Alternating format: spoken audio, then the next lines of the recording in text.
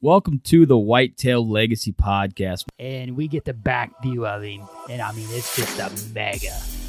52 yards is a long shot. Magnum PI, what we named him. No idea. Just a magnum. Yeah, just a magnum. Come on cam last year, we said probably 150, mid 150. Yeah. Same doe from the morning come out with that 9-pointer. Here steps out this 90-inch 8-pointer. You're like, I'm like, okay, well, there's still a buck back there grunting. Yeah. And then out steps like another 90-inch 8-pointer. I'm like, all right. Yeah. Bro. Yeah. Bro. Yeah. You're like, I'm like, deer, right there. Yeah, like and he's already yards. 30 yards. Yeah. He was literally 5 yards from the base of the tree. Could have been, had a buck down at 1:40 in the afternoon, back there deep on public. 3 does come out pretty early. It was like 245, 24-yard shot, sent the combat veteran, and I tell you what, man, dude, it just smoked. We always get so jacked up when the other person kills. It's just almost like we got it done. Yeah. And when you killed that doe, I was like, hell yeah, man. And we come down here to Missouri. I asked Homie one more time. I'm like, is it a good buck? And he goes, yeah, real good, solid buck. I'm like, all right, boom. And the deer just drops. Sure. Super special to me. Whitetail Legacy Podcast, bringing you back to the hunt and leaving a legacy. Baller Rut.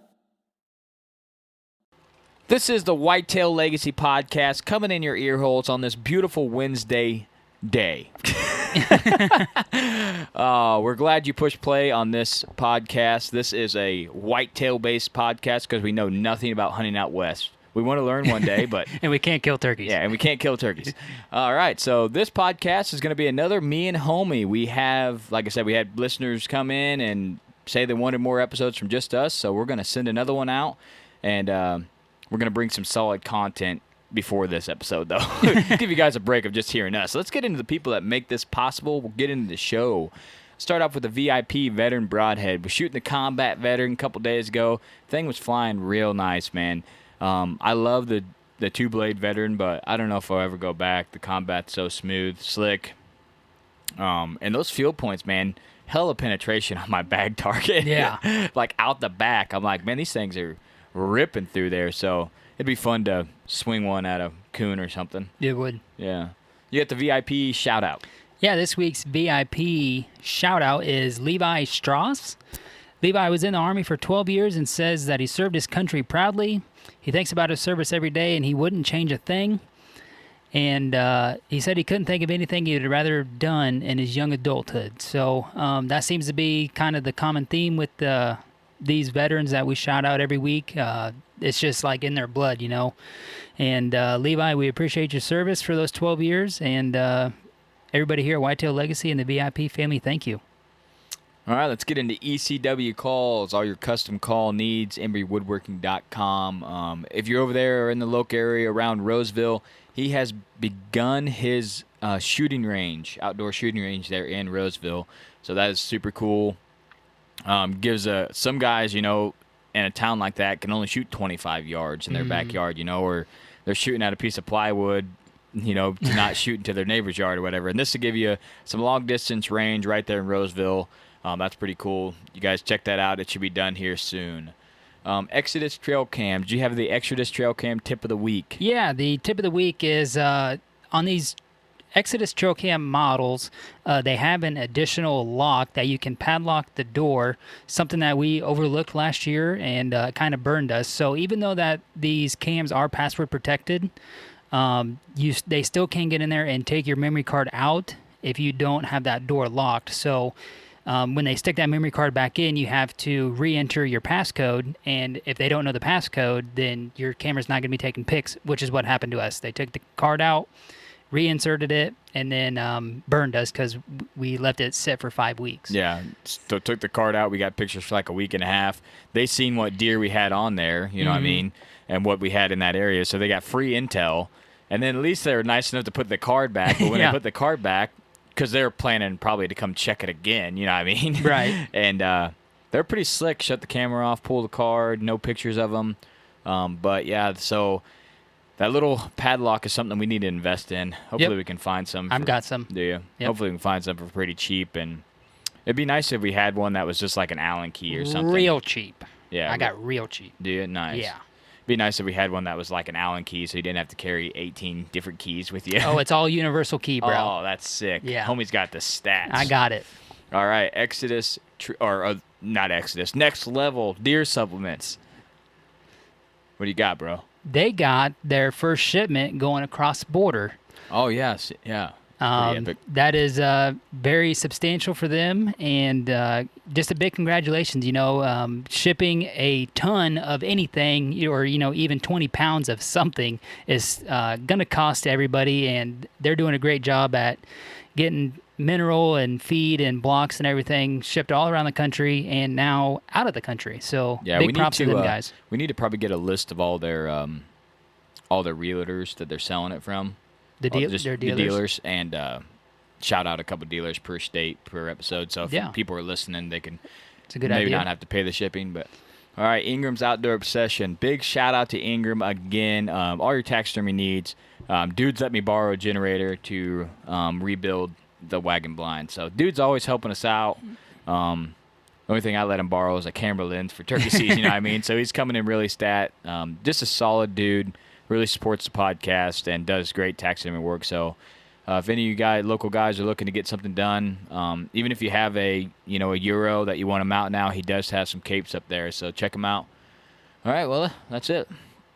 See ya. All right, that's a good episode. All right, this episode, we're going to talk about all the times that me and homies messed up. So it's going to be about 8 hours long. Hope you guys are ready. No, this episode, we're going to cover the stuff that we've messed up on repeatedly and learned from. Did you say the AC is on? Yeah, the AC is on. So if you guys can tell a difference in the comments, let us know.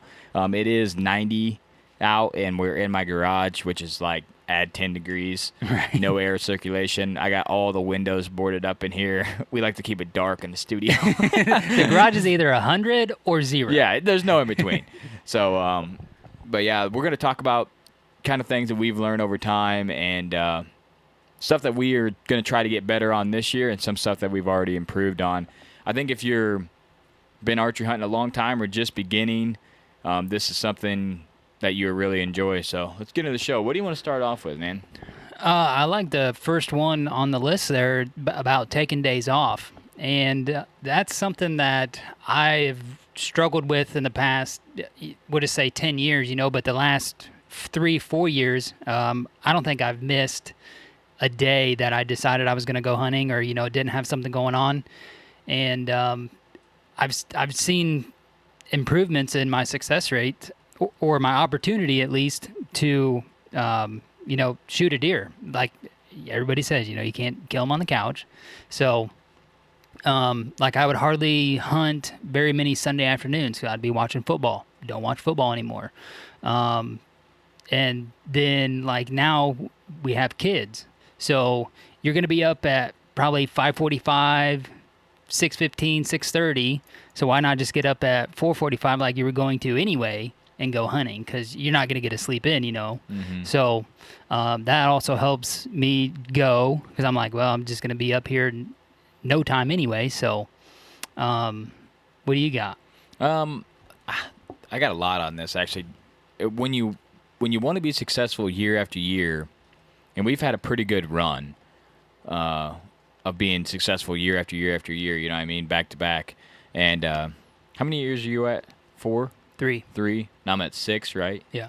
So that's consecutive kills, year after year after year on some giant bucks and some okay bucks. You know what I mean? Not so But giant. nice deer, you know what I mean? And it takes a lot. Like, you have to dedicate yourself to hunting. So just like Homie said, Homie used to watch NASCAR a lot. Don't do that. He used to play softball. Don't do that. He used to ride Harleys. He don't do that. So he's dedicated a lot more to just hunting. And since we started the podcast, I think we both have, you know, started.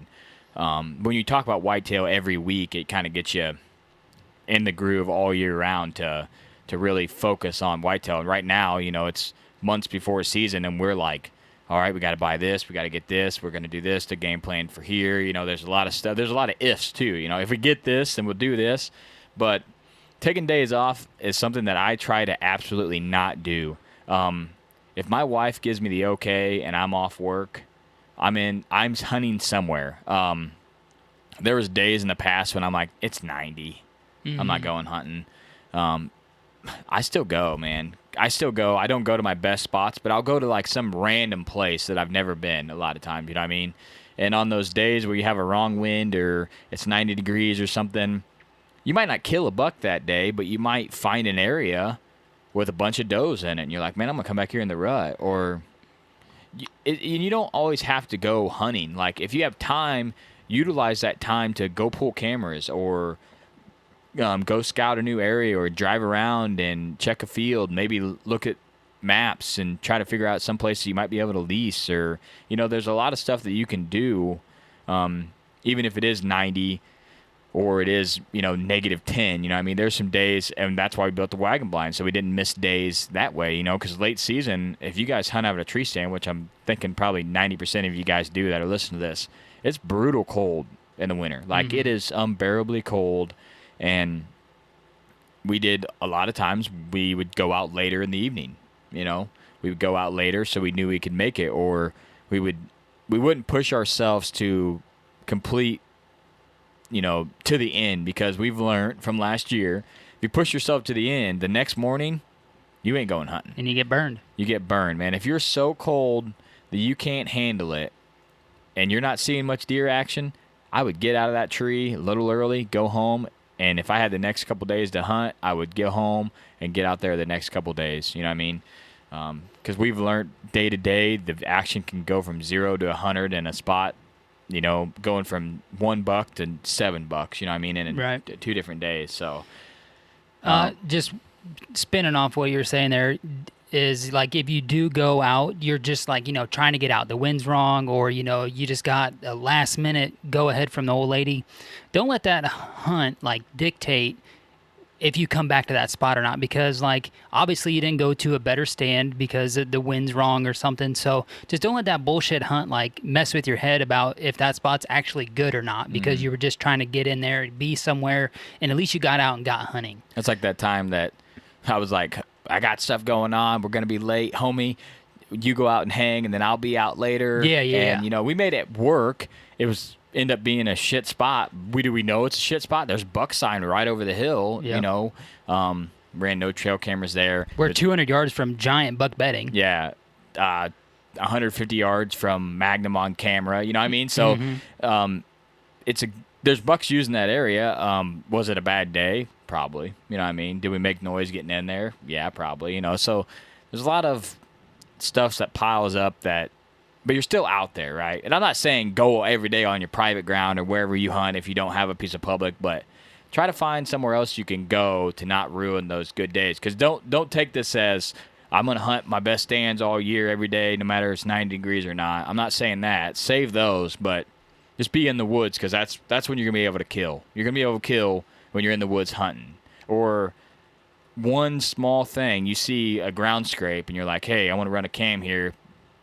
You put a cam on that just because you went out to hunt a new area, and now you got a new target buck that you're hunting. That might be daylighting more than your other buck. You know what I mean? Yeah. We like to target specific deer, but we're also opportunists. Like whatever is available, that's nice. You know what I mean? Like if I got a deer that's a shooter that's on cam in daylight, he's now the target. We were back there when homie's hunting. We were targeting 2 or 3 really solid bucks, and like a 140's 10 comes in, and homie's like, oh, I'm killing him. You know what I mean? Public land, really solid buck, and couldn't make it happen. Too thick, came to like 5 yards. You know what I mean? But if we would have went off just trail cam data and been like, I'm not hunting back there because we haven't got any pictures of them, even that buck cruising through that day, you would have missed. So I'm going to talk about taking days off that sometimes is good that we've learned. You know what I mean? We think it's important to do the right thing. So if your buddy shoots a giant buck and needs help tracking it, I think in the long run, it's a pretty good idea to go help the dude track it. Yeah. You are going to miss potentially a morning hunt or evening hunt, or you're going to be up late one night and you're going to get a little sleep to get to the morning hunt the next day. But if you find that buck and you celebrate that moment with him and you help him get him out, you're going to need help getting a deer out eventually. You know what I mean? And then, 2 years down the road, that guy might get a fire spot to hunt. You know what I mean? And he might invite you out one time. And with hunters, it always trickles down. What I believe it does. You know what I mean? We helped a buddy of ours track a buck, and then he invited us out to his property to hunt. You know what I mean? So we didn't see any deer, but we know it's a really good property. With, we could have shot a stud that night. It's just, time of year and all the regular excuses. But there's certain times taking a day off. If you have anything going on with your kids or wife, and your wife says, hey, I probably need you home, take the day off. There's so many days that you're going to be able to get with your kids or help your wife.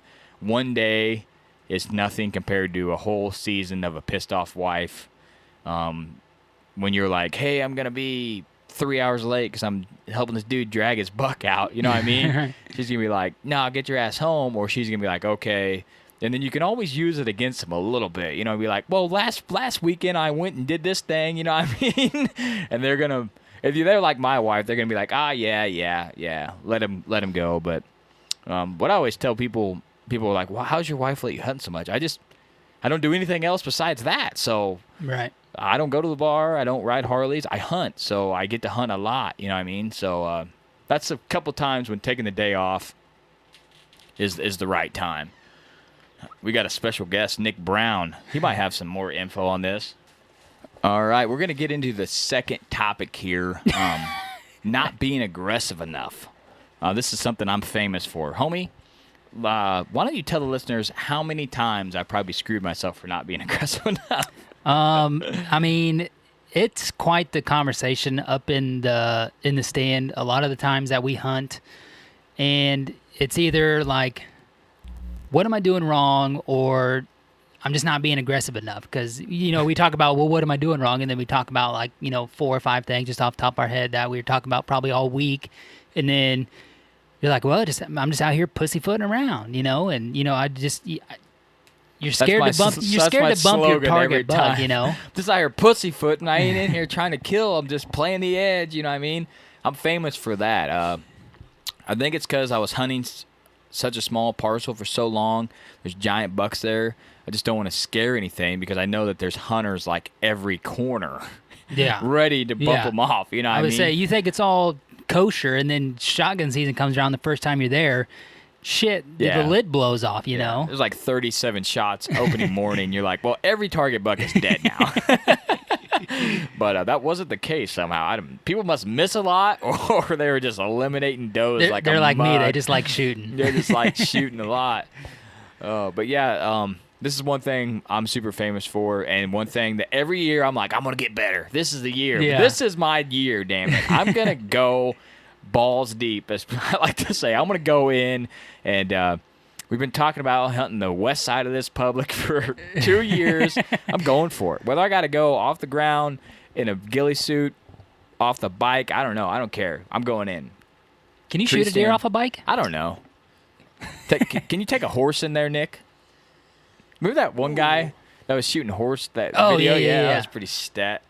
But, yeah, so... Legally, they don't have horse trails, but there is no sign that says no horses. Oh, see? There we go. It just there we says go. no motorized vehicles. Yeah, so Nick's going to go out there on the public this year, trad bow. He's probably going to kill Magnum. Be so sick. It'd be so trad bow off the ground. 8 yards. 8 yards. Chasing a doe behind a bunch of brush like us. But not being aggressive enough is something that I kind of struggle with early in the year, definitely. Like the first 2 weeks of October, everybody's hunting a field edge, and you're just getting into a groove of hunting again, and you don't want to spook off the deer that you have on cam, or regardless of how big your piece is, you always have the opportunity to bump it. So I feel like I have to get in to some hunts and kind of get the flow down of how the deer actually using the property or the area.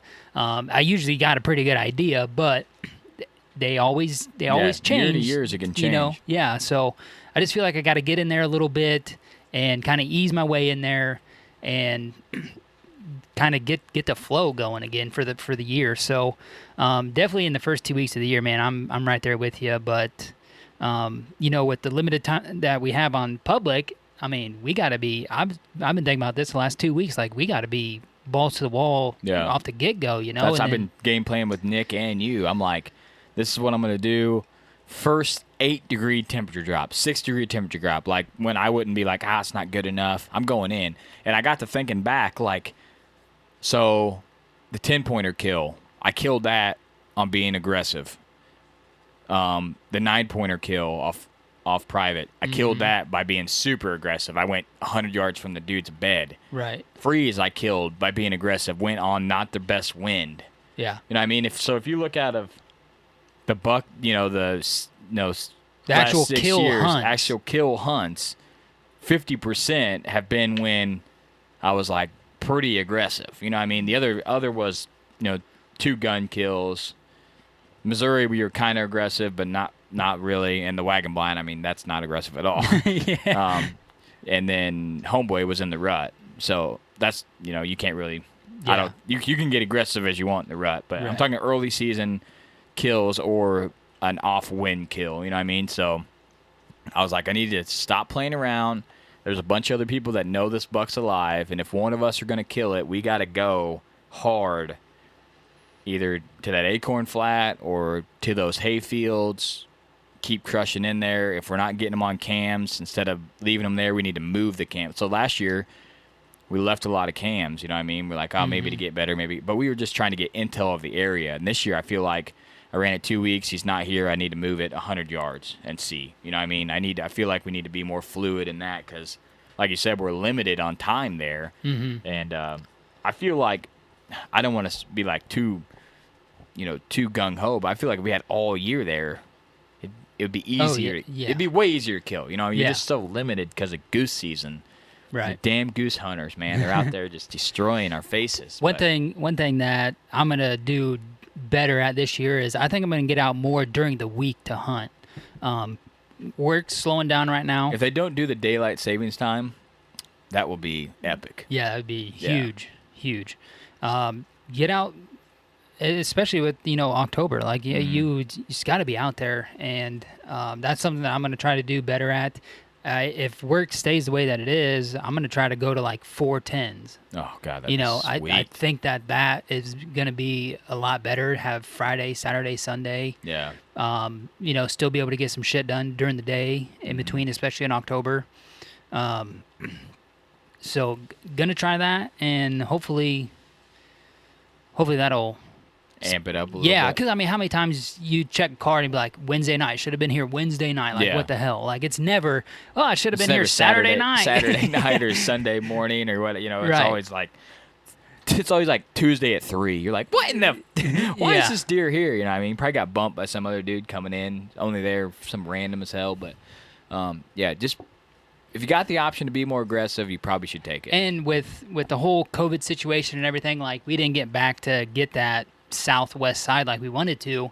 And, like, that's going to kind of be a touch and go throughout the year. Mhm. And you might be able to burn up some weekly hunts. Yeah, there, just figuring the area out. But Yeah. so COVID, we couldn't access public land at all here for, I mean, how many months was it? 3 months? Yeah, 3 months pretty much. 3 months of no access at all. So We walked it mid-February, and then, I mean, we walked did 6 miles. Me and Nick walked it the day it was shutting down. Remember, we walked the north end of it the day that they were announcing that they were shutting it down. Wow. So, but we tried to get out there that one last time and pick up a little more, find a shed or two. You don't find any sheds, though. Yeah. There's probably just sheds out there, just Magnum sheds out there just getting ate. Oh, yeah, right they're now. smoked. Just smoked. So, going to be a little more aggressive, hunting a little bit more. Yeah. Hopefully. But I'm you gonna chime in. get a little closer to the mic. Chime in There you real go. quick on this aggressive stuff. Yeah, you guys. I mean, you guys totally hit everything that you guys don't do. I mean, you guys had pictures of a buck on this public ground last year, daylight, 3-4 days in a row, about the same area. You gotta kill that deer, man. You can't daylight a shooter buck, public ground, 3-4 days straight, I know. and wait till November for the rut. You can't do it. We went in there and hunted him. He was gone like the wind. We figured out why. We know exactly where he went. But I mean, first of all, it's public, so Yeah. you have to be aggressive. Because, like you said, either you're gonna get him or somebody else is gonna get him. And if he goes underground, he goes underground. That's what we were talking about the other night. Is if you bump this deer in October and you're not hunting in the back where we're hunting, where you know that deer is going to be back there in the rut. He's not going to not daylight chasing does. Right. So if you bump him in October, maybe the listeners can chime in on this and see if it's what they would think. So I'm thinking if you bump a deer early season trying to hunt him hard, he's not going to leave a 2,000 acre piece. No. He's going to be there somewhere. He might, he might not be in that area, but he's going to be. But if it's not what you plan on hunting in the rut, then you still got that in your back pocket, saying, okay, now I messed up early season. I gave it my best shot. Because, I mean, he's going to come across somebody's trail at some point. Yeah. You know what I mean? I mean, there's people everywhere. Fishermen. I wonder if those dove hunters have a giant impact on. I don't know, but, I mean, if it's right there by the buck bedding, so, I mean, that's still pretty fire. And he's right there. Yeah. You know? I mean, they'll transition how he moves a little bit probably, but probably why he's out there at 2:30 in the morning. Yeah. Right. Yeah. All right. Well, next topic: picking the wrong stand when the gut tells you to go to a different stand. I did this last year. Cost me a shot on chaos. Got off work early. No. Should have. We're talking me pussyfooting around again. We're talking 125 yards, 150 yards. No, I looked at this on Hunt Stand. It's farther than that. Is it? Yeah. It doesn't seem that far when you're tree to tree. I'll pull it up right now though. Yeah, it's like pull it up. 450, I think. Is it really? Yeah. Holy it's smokes! far. Open field to get you, especially when you got a bottom and then up and then over there. But anyways, okay, so we got a set we call the Moultrie set. It's like 200, 300 yards off the road. It's not very far. The Moultrie set. It's close. I'll get that too. The farmer was picking the corn, so I messaged homie. I said, "Man, I should be in the scrape tree. If a deer gets bumped out of that corn, it's gonna go right through that pinch." And I'm like, I'm gonna play it safe. Here we go again, and I'm out here late. I'm just gonna bounce up and get in this stand. Moultrie set's 130 yards off the road. 130, okay. So I'm going to play it safe and hunt 130 yards off the road instead of going in. But it's literally like right down a field edge, pop in 100 yards, you're in the tree. 230 yards from the Moultrie set to where Chaos was. Okay, 230 yards is, the difference in the stands. So I said 150. I wasn't too far off. Yeah, but, you're closer than I thought. And anyway, so exactly what I think happens, it happens. You know what I mean?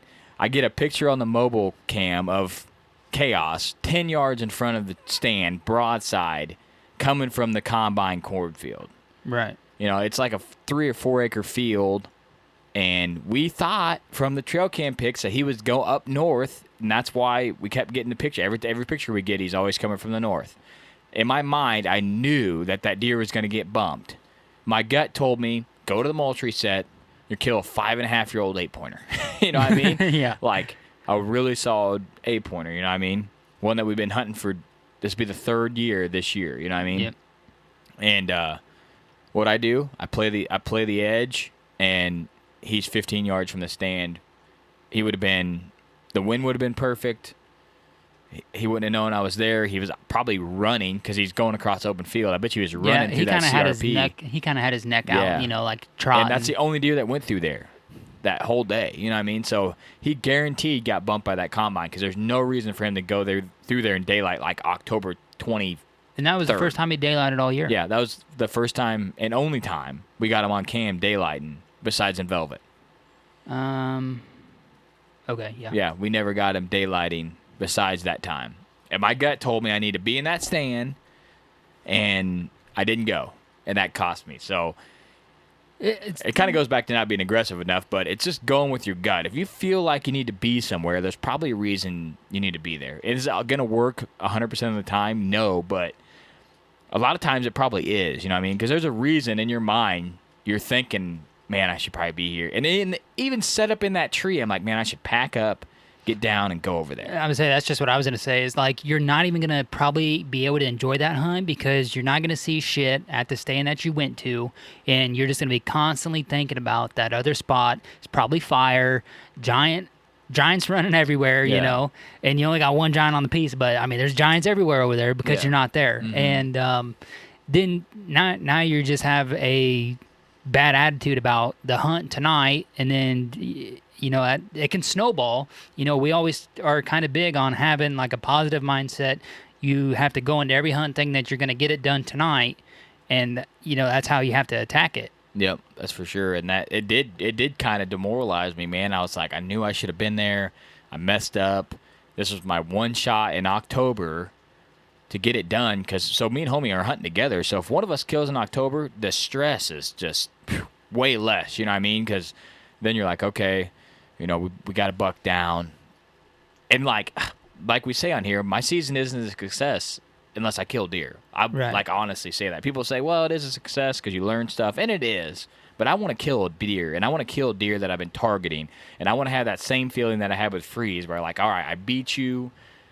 It took me 3 years, but I did it. You know what I mean? If like I killed Chaos this year, I'd be like, yes, finally. You know, it finally came together, and I beat this deer. It only took him 3 years of avoiding me for one time to meet up with him. You know what I mean? And I just knew that the scenario for that night was perfect, and I still was like, I'll just play the edge. And that's something I just have to get better at. I got to get out of my mind. I don't have 7,000 hunters around me. I am not going to bump this deer. I'm just going to hunt, and if I bump him, I bump him. I still got the rest of the season. Yeah. I'm not going to do that repeatedly, but every now and then it's okay to and that was the situation, right? Like you got the combine on the piece, you know. I mean, there's different scenarios where everything kind of is building up to it, and then you can push your cards. Yeah, it was actually November 5th, I believe. November? Oh, was it really November 5th? Oh, homie's the date guy. I'm terrible. Well, it's just because I watched the film and putting the shit together, so I'm just repeatedly watching it. I'm like, oh my god, this interview again? Yeah, he's like, oh, this guy should have killed. What a punk. All right, let's get into bow practice. There was a time in my life where I would get the bow out in July, start shooting, and get pretty sufficient, and then that would be it. You know, I'd shoot a little bit, I'd feel good, and then I'd get it out 3 weeks later. And this is something that we've made ourselves get better at, is you need to consistently shoot your bow all year round and become one with your bow almost, you know what I mean, to where it's natural to make that shot, and practicing like fast shots, practicing angle shots. That's stuff that we're doing now when in the past we haven't done. And even I think last year is when we really stepped our game up. We were like, okay, we're just going to shoot all year. Mm-hmm. You know, in the summer we're shooting like every day, every other day. You know what I mean? And even if it's 2 or 3 arrows, and there's times where me and you were shooting like crap, and we're like, what are we doing wrong? And then 2 days later we're shooting good again. You know, we went to a couple 3D shoots, you shoot a lot of arrows then. It's those small things that you do during season. When you have that opportunity to make the shot, shit comes together better, I think. Mm-hmm. You know what I mean? And I know you took a lot of pride in that, you know, after Sunshine, and even before Sunshine, you really shot your bow, shooting better than I am, outshot me at all the 3D shoots, you know, and really, you know, changing your release, doing a lot of stuff to make you a better archer. And props to you, man, because that stuff in the end is going to be huge, you know what I mean? And I haven't shot my bow in like a week and a half. I need to shoot. But I got a lot of excuses I don't need to go over, you know what I mean? But I need to shoot. I got a bunch of brand new arrows I need to sling, so. Yeah, you know, this is a big one for me, and just like you said, I was even worse than you, Cody, and, you know, 3 years ago, it was just like, I'm not very good at shooting my bow. It's something that I don't even want to do. I can kill a deer, but, you know, and that's all that I wanted to do, you know, it's just be good enough for that. And then I shot a pretty solid 8-pointer right in the shoulder in 2015. Shot him right in the shoulder, and then like that was kind of my moment of waking up. Like, I need to like buckle down here. Like, this shit is serious. And it's not. It's just like that scenario of like that deer was coming in. He came in running, kind of running, and then I got him to stop, and it was 16-yard shot, and I just didn't clear the shoulder enough. I didn't get back behind it. Arrow got like 3 inches of penetration. The shot felt good. It just using whack broadheads. the wasp. The wasp. Yeah. The wasp jackhammer is what I was shooting. It might be a good broadhead, but in the shoulder. It's definitely not not good there. And I found my arrow about 80 yards down at the creek, and I knew that he had made it farther than that. And I had a little bit of blood, nothing to be like, okay, we need to keep looking for this deer. And then I found my arrow, and seeing that I only got 3-4 inches penetration. And I was like, man, if I would have just like nothing. Oh yeah.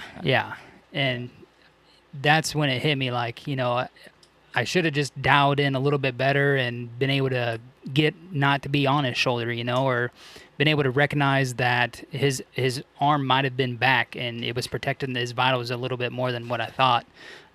So if I was, a little bit more confident in my shot sequence, then, I would have been able to recognize that because I would have been looking for it or something. And that also just goes back to hunting and deer hunting and shooting deer with a bow and, all that. But then the following year, I got my new bow. I got my Hoyt, the bow I have now.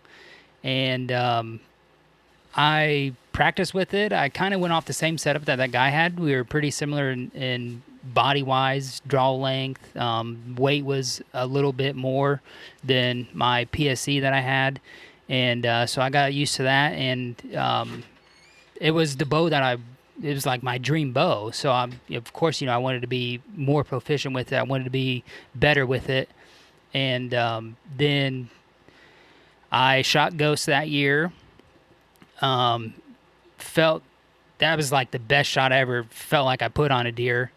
And then turn around in 2018, I shot my bow starting in about June, and really started trying to take pride in what I was doing and like really start breaking down, started watching actual YouTube videos of people shooting, started getting the bow more, figuring out that I need to tweak some stuff. And then last year was just off the charts. I shot all year long.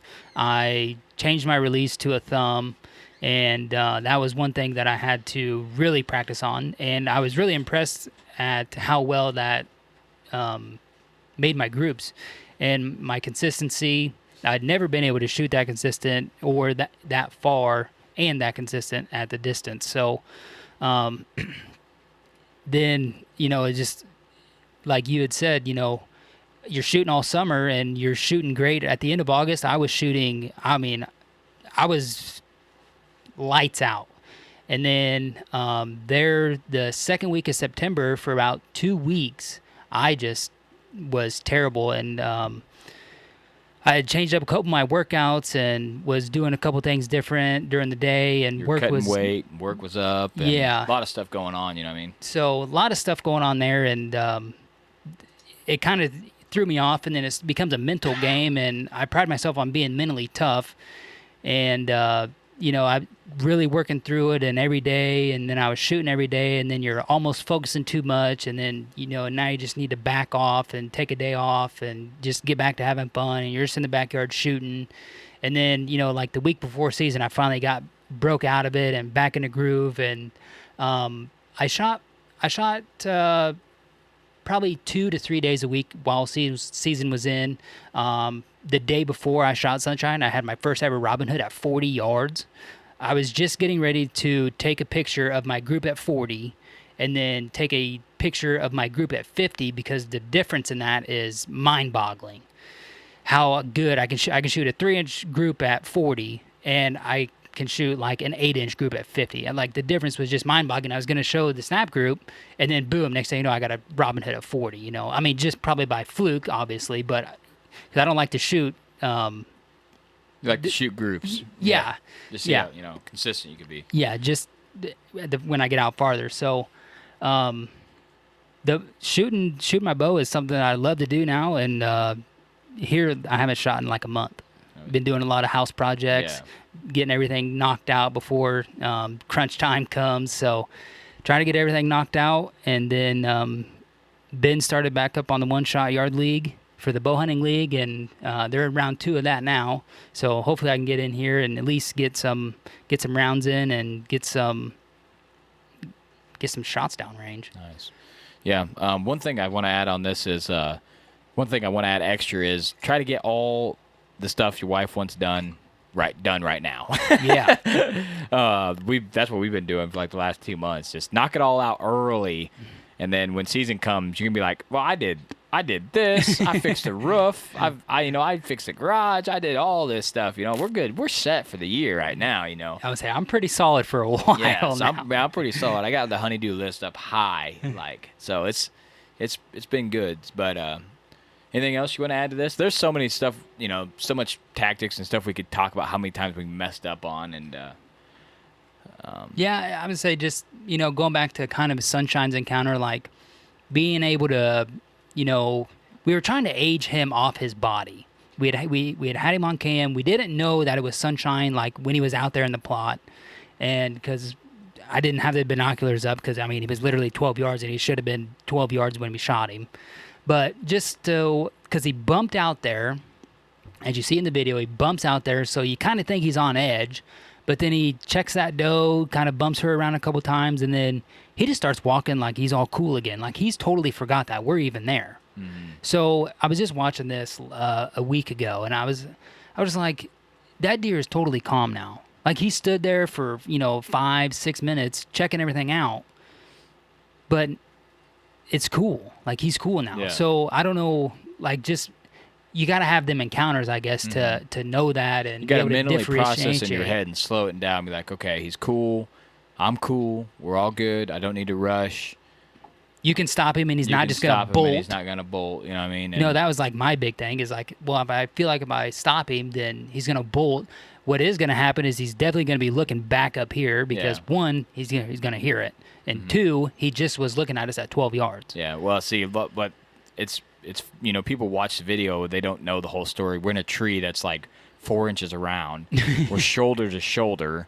I'm holding the camera halfway in homie's way. You know what I mean? And homie's drawing a bow with a bunch of cedar tree limbs in front of him for cover, and his arrow is like 4 inches above the limbs. He's shooting over them, but you can't practice that. You know what I mean? No, so, it's just, like if I'd have known that he was cool, like if I'd have been able to read his body language and know that he's back to being cool, then I would have been able to stop him and hopefully made a lot better shot on him. Yeah, just got to slow down and try to mentally get it in your head instead of, oh shit, this is the moment, And if you think about, like, I don't know how many hunts we had last year. I think we added it up together at one time, but how many opportunities we had to kill a buck on all those hunts? Mm-hmm. Four times. You know what I mean? 4 times that we had a buck that was in range that we possibly could have killed. And we killed 3 out of the 4 times. You know what I mean? So it's not terrible, but you don't get very many of the chances. You know what I mean? All those days, all those hours. If you poke it down into minutes, it's disgustingly low. Oh, you know yeah. what I mean? Right. But all those hunts, and 4 of them, you had bucks out in front of you that you could have killed. You know what I mean? So that's a lot. And hopefully this year it's at least 10. 10. Yeah. Because we're going to be more aggressive. We're going to push the If you told me envelope. right now you'll have 10 hunts this year where you have a shooter in range, I'm taking that all day. Oh, yeah. I'm used to like 3, 2 or 3 where you actually see a shooter. I was going to say, just, an actual legit opportunity, 2. Yeah. 2. Yeah, 2. Usually is what I get, Yeah. 2. And if you think about it, like I want to write a blog on this, is like the actual slim chance of actually what it takes to kill a deer. Like that deer has to be there. You have to make a good shot on him. Like he doesn't wind you. You guys are at the same place at the same time. You actually make a good shot. Your arrow didn't hit that little twig there, but missed it by 3 centimeters. You find blood. You track the blood. The deer is actually dead when you get there. Didn't swim through the lake, or just magically quit bleeding like they always do. Like just actually thinking about it when you do like that's what I do when I get up on a deer is like think about that, like the actual percentage of what it Super took low. Yeah, and that's it's why like crazy. the people that can like target a buck and then go out and kill them within like 4 or 5 hunts. You know, like the infaults and you know the guys that are been doing it forever. You know, Yeah. the DeQuistos, and Cisco. yeah, and Cisco and those guys who can like target and go kill. Mad props to them because the only way we kill, and we said it 100 times, is just time. Like, it takes us time to kill. Yeah. And every year I'm like, oh, this is the year we're going to learn. We're going to get in here. We're going to target this deer. And we're going to kill him. But we're not there yet. You know what I mean? And I don't know. Maybe I just haven't been hunting long enough, or I don't know what it is. Hopefully I get there eventually. But How do you feel that you are on like applying stuff that you have learned throughout I think I'm real good on that. actually applying it? Yeah, and like the one thing that I do apply is, like I said on the last podcast that was just us, I have a really good knack for like, okay, this is where a big buck would like to live. Yeah, you do have. And then you do have there's a that. big deer there. Yeah. You know what I mean? Like, I just have a knack where I go in there, I'm like, okay, there's a big deer around here somewhere.